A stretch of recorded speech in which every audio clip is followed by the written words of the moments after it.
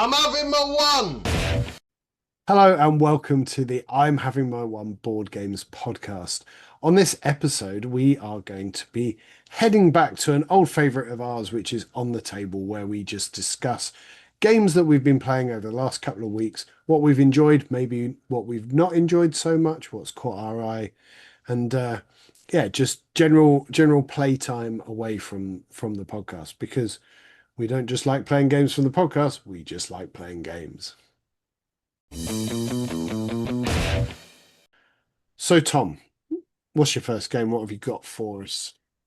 Well, this is a game that I had scouted out ahead of going to Expo this year and was very keen to have a go, but every time I was walking past, it was kind of busy and I just didn't get around to it, and I didn't want to just take a punt because it was one that I just didn't know massive amounts about. And this is Kelp Shark versus Octopus. You're Uh, right. It was one of the busiest It stands. was all right. It was that area where there was a lot of so they had quite high tables and there were a lot of Yeah, little games going on.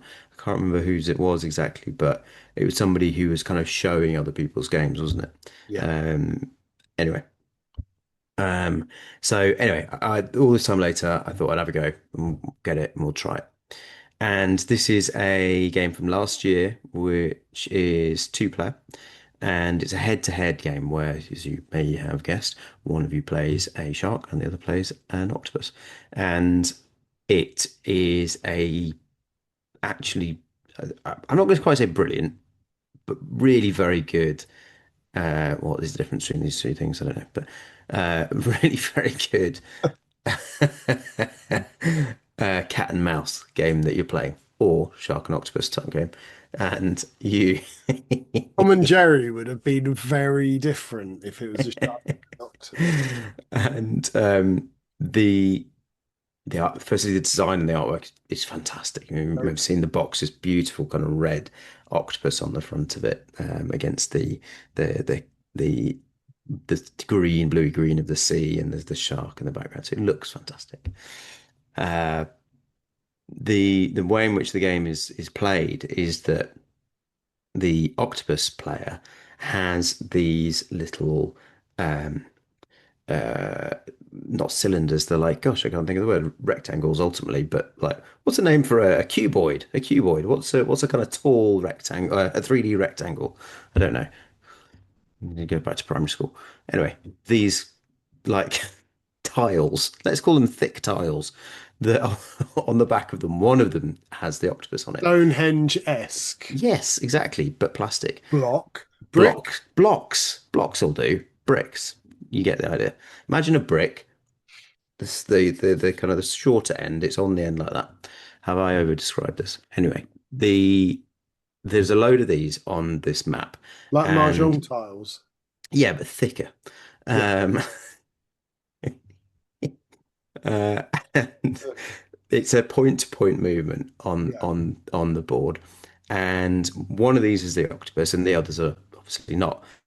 And the sharks game ultimately is to just work out which one it is, and then you have a little kind of head-to-head that I'll maybe come back to in a minute, a confrontation as it calls it. And the octopus's game is to try and trick the shark as to where it's going, so you can move stuff around and um, move these blocks around, and you can set traps and different things and put them off the scent and all this. And on the shark side, as I say, you're kind of trying to anticipate what they might do and try and interpret all the different moves that they're making. And then there's a bit of a clock running against this where the shark eventually just gets too hungry and loses interest to go and find something else. And there are little things that you can kind of push your luck a bit with the shark where you can use a bit more energy sooner rather than later to try and sort of get extra benefits from that. But you've really got quite a finite amount of time to do it.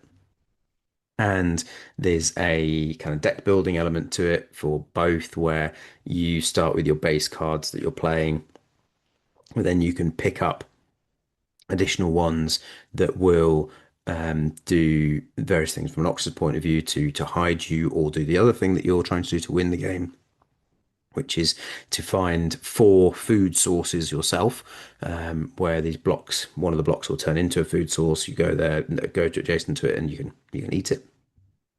Um, and it is really very good. And we played this, my wife and I, and obviously my combined brilliance of terrible poker face and not being very smart, I guess, was completely telegraphing what I was trying to do as the octopus, and she found me really quickly.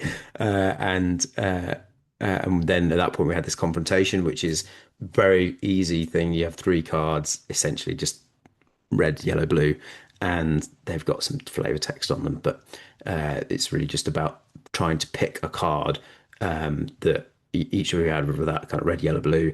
And as the octopus and the shark, you're trying to, as a shark, pick the same color as the octopus, and the octopus is trying to pick a different one. And this is quite a good thing in the game as well, is that when you do that, so let's say, as happened in our game, I picked the blue and Jen picked the yellow, then that's fine. I won that, but the blue is then out. So the next time she finds me, it's 50-50. And if I manage to get with that, then the next time she finds me, she's just won the game. So Okay. really clever little way of being able to do something like that. Um, that kind of confrontation. It reminded me a little bit actually of the game. I don't know if we ever played it, The Hunt, which was a cool little salt and pepper productions game where you were searching hidden movement, searching for a German battleship that name escapes me, Graf Spee, I think it was.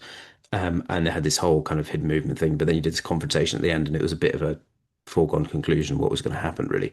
Whereas this, it wasn't. It was brilliant that it had that different element. So as you can tell, I was quite excited. The fact this game that I took a bit of a punt on turned out to be really good, and most importantly, my wife was keen on it and liked it. So I think we'll play it again. So yeah, Always a winner, that, isn't it? yeah, yeah, Massive bonus points. yeah. So really great one, that Kelp shark versus octopus. Fantastic. Yeah, it does look really good. And it was something I would have liked to have played at the UKG, but you're right, it was so hard to get on the table. I was having a quick look. The artist is a chap called Weberson Santiago because the art is fantastic. Mm. And then I had a look, and one of the other things he's done is Dracula versus Van Helsing. Yeah, So I was like, oh, is it like the same designer that's just doing different versus games? But no, just different designer. It just so happens that he's done two versus games. He also did Coup, which is a lovely game. yeah. Anyway, getting slightly off topic, which is unusual for us. Okay, my first pick, that something we've played fair bit of online and Mm. on Board Game Arena, and is a game I've come close to purchasing a couple of times. And I think I would. I think I'd 100% get this if I could get it to the table. But at the moment, Board Game Arena is sort of ticking my box on this one, and that's Hadrian's Wall. Very good. So this is a Garfield Games game, um, which is a worker management kind of It kind of feels work placement, but pen you're and ticking paper. boxes, right? Yeah, yeah. It's sort of it's a pen and paper worker placement game. So you're managing your workers and your board to unlock through the ticking off like a roll and write type of game. Tick off boxes, which gives you more workers that you can use to spend on other things to tick off more boxes to get you more workers to tick off more boxes. And it's just really addictive. I really like playing it. It's very, I think, quite a high level of strategy. Yeah, You run out of those workers and the little stone resources really quickly. yeah, yeah. You gotta do the I'm gonna need that, or I'm trying to aim for that. So how do I engineer that to happen by ticking that box over there and then ticking that one, which then gives me what I need for this one, kind of stuff, isn't it? Yeah. And you play over 6 or 7 rounds, Yeah. 6 rounds, Hmm. I think. Um, but at the end of each round, you can get attacked. And so unless you've built up your defenses, then you're going to be losing points for the end game scoring, essentially. But but by shoring up your defenses, it doesn't actually give you any bonuses. So sometimes you're like, oh well, I don't want to put my resources into protecting my wall, my Hadrian's wall, because then I can't unlock a little blue man by ticking this box down here. Because if I can unlock the little blue man, I can put him in this box, which will give me a little yellow man, and so on and so forth. So Yeah. Yeah, I've really enjoyed it as well. It's one that the subject of it appealed to me. Garfield games we like. It always looked excessively complicated, and it took me two games to really kind of understand what I was doing with it. But I feel like I've got the hang of it now. I'm still not beating Reese in any shape or form. It's Reese just is some like savant at this it's game. ridiculous. It's absolutely ridiculous, honestly. He's amazing at it. But it's great. I've been really impressed with it. Fantastic game. I would very much love a game in person just to see what that the difference is. Although I think have heard it described as doing your homework, the board game, basically. You just Yeah, kind of sit around and do that. But it's great. no, lovely, lovely game. So yeah, that's my Feels very soloable though, I think, don't you? 100%. 100% you could play this by yourself. Um, and because everyone's kind of doing like each round, everyone just goes and does their thing. Yep. So it plays up to six, but it shouldn't really slow the game down that much. No, because it's all kind of simultaneous play, isn't it? Yeah, Mm. yeah. Yeah. So I really enjoyed playing that. Hadrian's Wall. I was in a board game cafe in Nottingham, the Dice Cup, which I'd thoroughly recommend. Actually, really nice, really welcoming staff, massive selection of games to play, and they had it brand new in shrink, and I nearly picked it up, but we were supposed to be looking at university there. And I had a lot of walking to do, and I'd have just had to carry this frankly obscenely heavy game.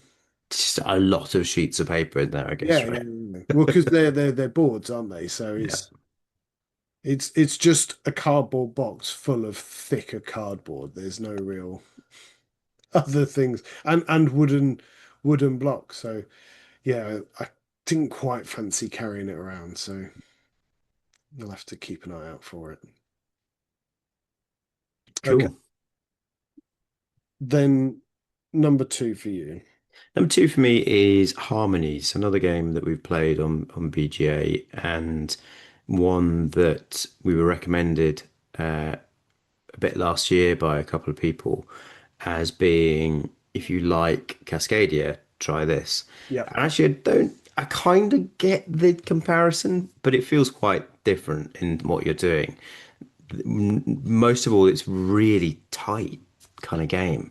Is that with Cascadia, it's got the thing that I love of kind of you just building out this, you know, like Carcassonne type thing where you're just kind of building out the map ultimately, which I've always been a big fan of. But with Harmonies, there's quite a lot of pressure on it. So but you're this building up as well. you are, and I wonder maybe I've just not cracked this because not a lot of my stuff goes up before I run out of turns. Yeah, But it's kind of quite simple, but quite strategic in what you're trying to do. You are presented in this game with I think it's hexagonal board, isn't it, with yeah, lots of hexes on it. And on your turn, you're going to be taking uh, a selection of three. discs, which are kind of representing different habitats. So you'll have like water and stone and soil and grass or plants and whatever the Trees. hell Little red. trees. Little trees, sure. You're building little trees, sure.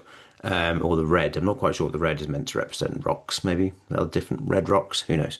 And anyway, you take three of those from a selection, a bit like a Zool set kind of way. You kind of take a selection of tiles, and then you'll also be taking a card which has a configuration of those discs that you're trying to meet one or more times to achieve the little objective of that. And so you start with, you've got a nice open board and you kind of lay them out and you've got a few different things you're aiming for, hoping to get the right number, right discs in the future to be able to complete it. And you can stack the discs up, and that's a big difference with Cascadia, is that you place the discs out, but you can put them on top of each other to meet the criteria. And I haven't mastered this game at all. I got very fluky win with the first time we played it, I think. But I I kind of do, and I don't like the pressure of this game. That it has a a real difficulty of going like, okay, well, I've got to think about the way in which that's configured to then get the next set of tiles that are coming out. And oh no, I really need a green and a grey, and they're just not there. If I can only take two blues, and then what the hell am I going to do with another blue? I don't need a blue. And as that board is filling out of what how you manage that is really very tricky. But enjoying it. We've played it three times now, and it's another great one on B. He's frozen. Just bear with me, listener. I'm just going to turn Tom off and on again. He's just left me. So, listener, it's just me. You're stuck with me. Tom's gone. He's had enough. He's quit. He's left. I think it's just his dodgy internet. So I'm going to fill with this lovely banter. Harmonies is on BGA and it's good. And there's also a really good tutorial that you can play. So, give that a go. It's a very good way of learning that game, even if BGA isn't necessarily your thing, being able to like pick up the rules and have them step by step talk to you. It At least for me, it works really well and is a really good way of picking up on stuff.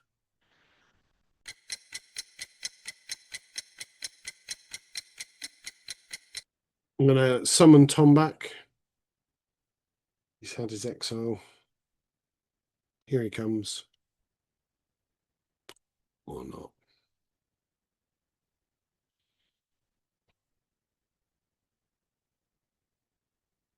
This is going to make editing fun.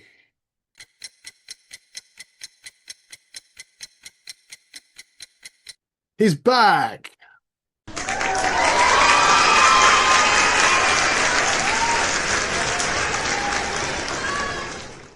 So I've been really enjoying it. It's a really tight game. Gets a lot more pressurized towards the late game. Haven't kind of really worked out how to win properly. But yeah, it's been good. What have you thought of it? Yeah, I think it's really good. I've played possibly a few more on BJ than you. Um, and what But I with other really like, friends, with other friends. just with the random people you can play with, we're all friends in the board game Oh, community. yeah, oh, true. Good save.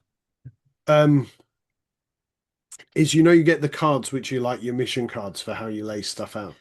Yeah. And I think it's really clever that when you complete a mission, there are places you've got to put one of those little gems tiles on there to say Yeah. it's done. And then you can't put anything more on that disc. So there are sometimes tasks you can't complete because you have to put discs on the same object that's already got a little cube on it. But how nice is it when you have like two cards that kind of work together and you get to put So this good. it feels so satisfying, doesn't it? Um, Have you been able to build yours up quite high then? Because I always find that I'm filling out the whole space, but I haven't got enough to kind of build stuff up very much.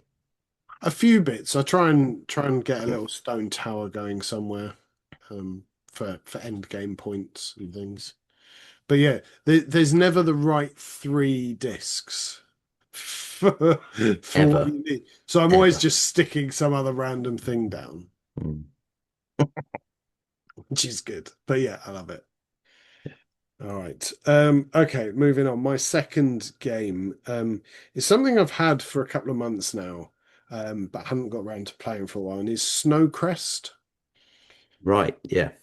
So this is a game that actually my wife picked. Um, so I said, like, look, I'm always buying games and you don't want to play them. So so I kind of gave her a selection of games. She's got like I don't want it to take more than 45 minutes. I don't want it to take forever to learn and stuff like that. So we went with Snowcrest, and the artwork on it is gorgeous. It's You're good kind looking, of isn't it? Yeah. playing in this little animal humanoid mountaintop village. You get these wonderful little cloth play mats, always good cloth play mat to have. Um, and then you're managing the people in your village and your resources to essentially gain scrolls, to gain wisdom and stuff, which allows you to win the game. So you start the game with a finite amount of scrolls. When they're gone, that's it, game over. Whoever's got the most, plus a few little end game scoring bits, is going to be the winner. Right. It's a really simple game to pick up, but a very, I think, a difficult one to really get your tactics right. So resources feel quite limited in this, at least Right. I've been playing it. And getting the scrolls can be quite tricky. And there's a couple of ways you can do it. And there's achievements you can get mid-game that will allow you to get scrolls. But on a couple of them, it's essentially it's activating these dragons and other mythical creatures, which is a cost to activate them. But when you do, although the rewards are good, there's usually a penalty that you have to pay. So you have to get rid of other resources and Right. maybe some buildings, sometimes even some of the characters in your village. Um, and then what's even worse is all the other players at a slightly reduced cost also have to lose things from their village, Right. but they get no bonuses. So you can feel like you're building up and you're like, right, I've got loads of stuff. And then someone activates one of these dragons and just absolutely ruins your plans for the next round. It's quick, Um, it's still a quick game though, by the it's looks a of it. quick 45 minutes, yeah. Mm. But just it's got a really good it's low weight rating on BGG, like 2.1 or something. But and simple, like Elijah picked it up straight away. He enjoyed playing it. There's no issues with that. But on your turn, there isn't, you don't get to do a huge amount before your turn's over. You get to Right. activate like one thing.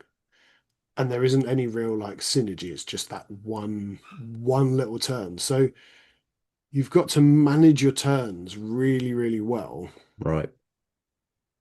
and your resources really well. So yeah, I think it's the sort of simple game that anyone could pick up and play, but to actually be good at the game, which I'm not, then there's enough strategy in there for a short game to keep you going. Cool. Good. It And certainly looks amazing. it looks really beautiful. Mm. That's a I think that's always a big like selling point on this. So Yeah, when it's got, I do like that style of game that goes back to stuff like Everdell, in and before, like in terms of the way in which it's using these humanoid kind of animals, and in that kind of medieval or similar kind of setting, fantasy setting, it does always appeal to me, something like that. yeah. So I picked a very cute, lovely, artistic game. So what's your? artistic, cute, sweet little game that you've got for your It's final pick. artistic. It's artistic. It Not is sure very it's artistic. cute. It's kind of massive. This is Nemesis Retaliation. So I have now had three games of this and loved everyone. This is the new game in that Nemesis trilogy so far. That has been preceded by Nemesis and Nemesis Lockdown, games that we very much enjoyed and talked about on this podcast. And this time you're taking the fight back to those aliens, although they are different aliens, but still. But you Uh, could play with the original you if you. could play with the original, absolutely. And one of the biggest things that's different here is that you haven't got a board with a map that you reveal the rooms of. This time, you build that as you go. You explore the map and you build that out with corridors and rooms as you go.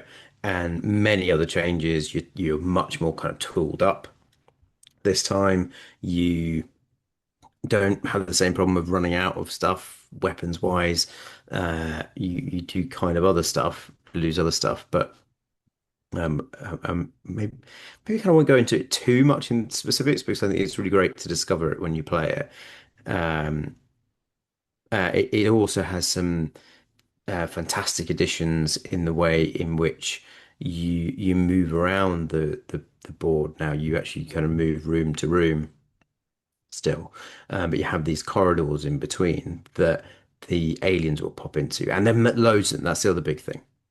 The same thing as you being really tooled up. There are now loads of aliens, and they're quite Oh, easy to kill some of them, but there are tons of them. Absolutely. so, Yeah.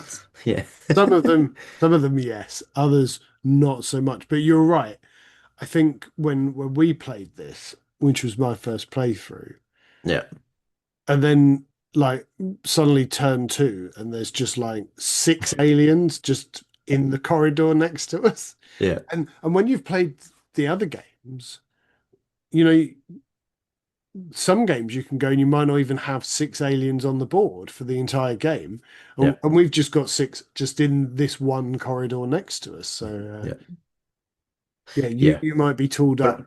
I It's kind of like that though, because it is, everybody knows, everybody always says it is the Alien, the board game that isn't, and this is Aliens. And yeah. in by the time you get to the second movie in the franchise, it's all about there being loads of aliens, right? And so you kind of you want that, I think, if you again like so many things that we talk about on this podcast, you're trying to play out the fantasies of being in that movie or whatever. But it's still really hard, right? I don't you shouldn't we shouldn't give the impression that it Oh has no, lost yeah. any of that kind of Nemesis Killing some of them classic. is easy, right? But Right. when there's 50,000 aliens that you need to kill, and when you get onto the big A, when the Queen comes out, for instance, she is not easy to kill. No, no, no, no. But they've done a great thing there in the way in which they've changed how the Queen works, and actually some of the way in which you do the damage on the aliens more generally is really smart as well. There's other things in there like oxygen and other things that you're keeping track of as well. I I think this is, and I'll just say as well quickly. Well, I finish one sentence before we go on to the next one, Tom. I think this is my favorite Nemesis game. Oh, is it okay? The three games that I've had, and I love Nemesis, the three games that I've had this have been really different. And I think that is partly the way in which the board is laid out. Whereas with the other two Nemesis, you kind of you do encounter the same sort of rooms. You kind of you know more or less where that you're going to find what you need on the map. With this one, it does feel maybe it's the same. Maybe the same stuff is all. I haven't played it enough to know that the same stuff is always there. But I think maybe it's because you're discovering it as you go that it certainly maybe feels a bit different. I have just really enjoyed that the first game we kind of only explored about half the map. That's all we needed to do. And we managed to get out. We did it. We were fine. We still lost for spoiler reasons that I won't go into. Second game, I think, I had with you, and we explored quite a lot of the map, I think. I think we Did we win or lose? I can't remember. Um, I thought we and were in the process of losing, okay, I mean, we didn't quite finish the game, did we? But but we were we definitely going to lose. and then third game, we explored the whole thing. It was part of what we needed to do, unfortunately, was to find this particular room, and it was literally the last room that we found. And Always the and we lost that one as well, despite a sort of valiant effort of everybody to try and see if I could win it at the end, to try and think of combined brains to find a way for me to be able to get through it. And but for some dice rolls, I might have been able to do it. Not my strong suit. So yeah, really good. I think final two things I'll say about it are that I think it's my favorite, but I also don't think it replaces the others. I don't think it is the case that you just need Nemesis. This is just the one you need, Retaliation, and you don't need the others. I think between Nemesis and Nemesis Lockdown, there's an argument to okay, which is your favorite out of those two. You probably don't necessarily need both of those, but they are. This is quite a different game. I also think it massively leans into it being more of a co-op.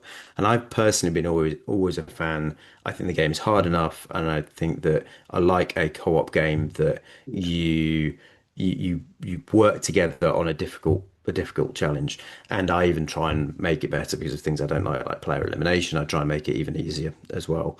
With the famous Tom's that rules just for me. For Nemesis. For anybody who dies, if it happens to be you mostly, sure. Uh, Um, but we did play in the third game. We played it with a traitor. It didn't work quite as well. It just became the way in which the missions are handled. It probably will take a longer conversation, maybe a full review that we'll definitely come back and do at some point. Um, but the missions that I've seen so far, I don't think that allow the traitor mechanic to come out. I don't think they're actually as good or as suitable in this game. I think this game is built to be you're a set of colonial marines going into this space, and you've got to go and complete a difficult mission together, and you're probably going to someone's going to die, and you're probably going to lose. I think that is something that I would say from my experience so far. Okay. Yeah. It's really good. And we have got this plan we'd like to next year, isn't it? To do a Yeah. play the three games back to back, but see if you can bring your character through as well. Yeah, can you imagine if you got to all the way at the end?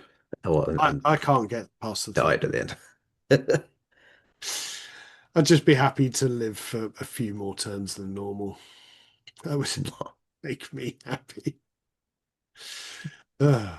Okay. Right. Well, I've also gone for a space game. This one's a little bit more silly, and that's Galaxy Trucker. Yeah. So this is the game where there's kind of two phases to the game, and you play that's a round, and you play over 3 rounds. Although you could just play one if you really fancied it. You've got all of these tiles face down, which are all your ship parts. And then using one hand only, you have to start drawing and turning these ship parts over and adding them to your ship. Forgot about the one hand only bit. Yeah. One hand only. If you don't want it, you can put it back in the pile, but face up so other people can have it. There's a couple of little reserve slots on your board, and you're doing this against the clock, as it were. However, the clock is determined by the other players. Right. So, for example, on the first round, the clock gets turned twice. You turn it the first time, and you can keep building. And if everyone's having a nice time building their ship, Hmm. there's nothing you need to do. But if someone feels like they're done, or to put pressure on other players, they can flip that timer. They have to stop building, but everyone else has then got probably about 90 seconds in which to finish their ship.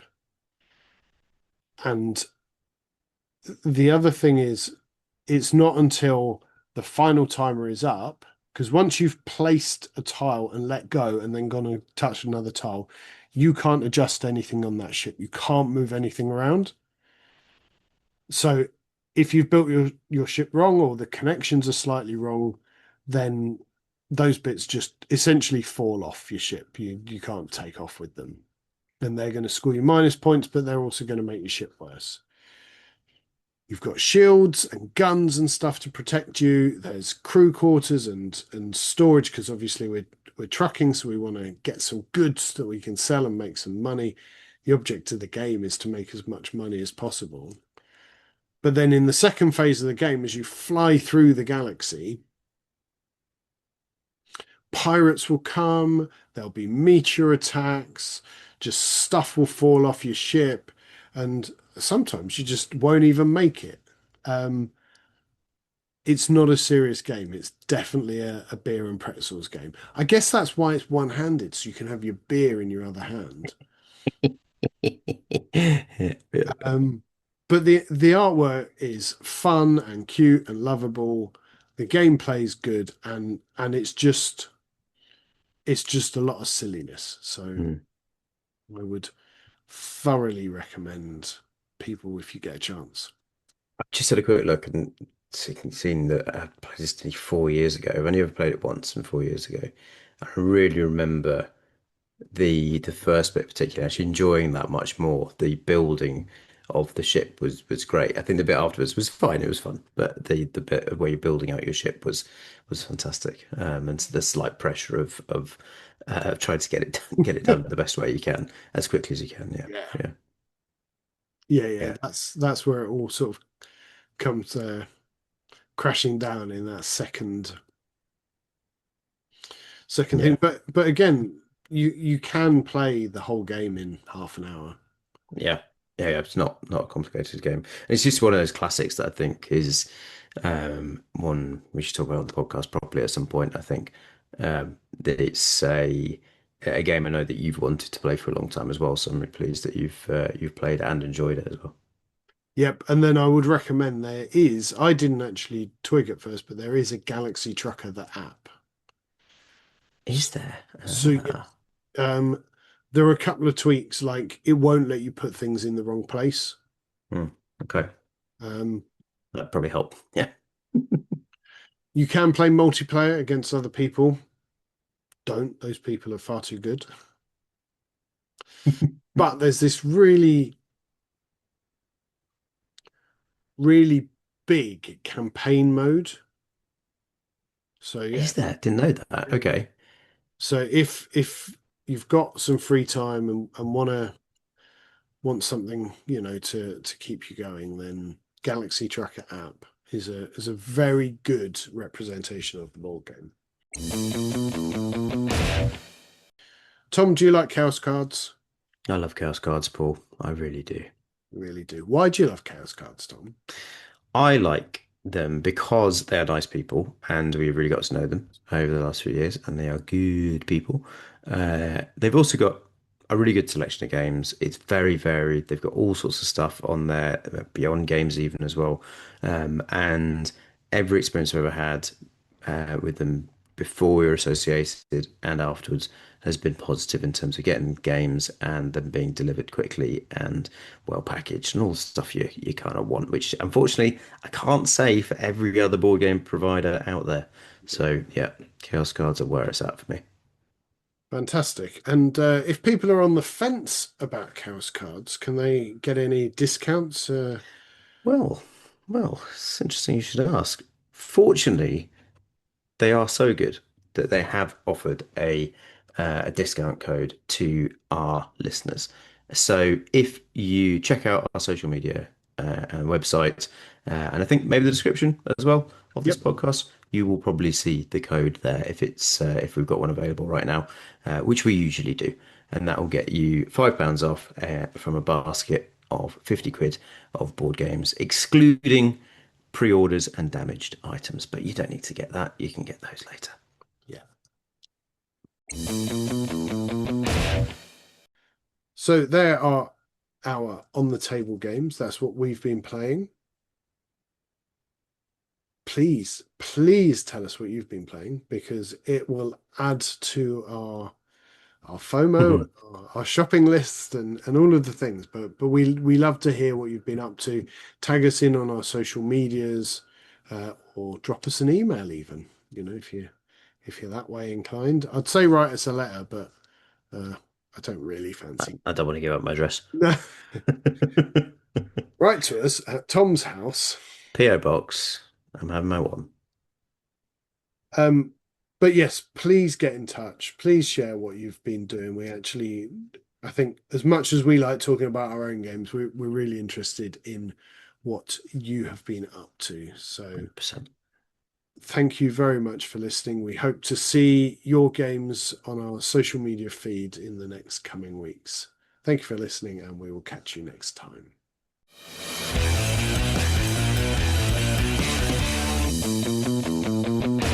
I'm having my one. No, Tom, you can't say that. That's absolutely awful. Oh, sorry. Hello and welcome to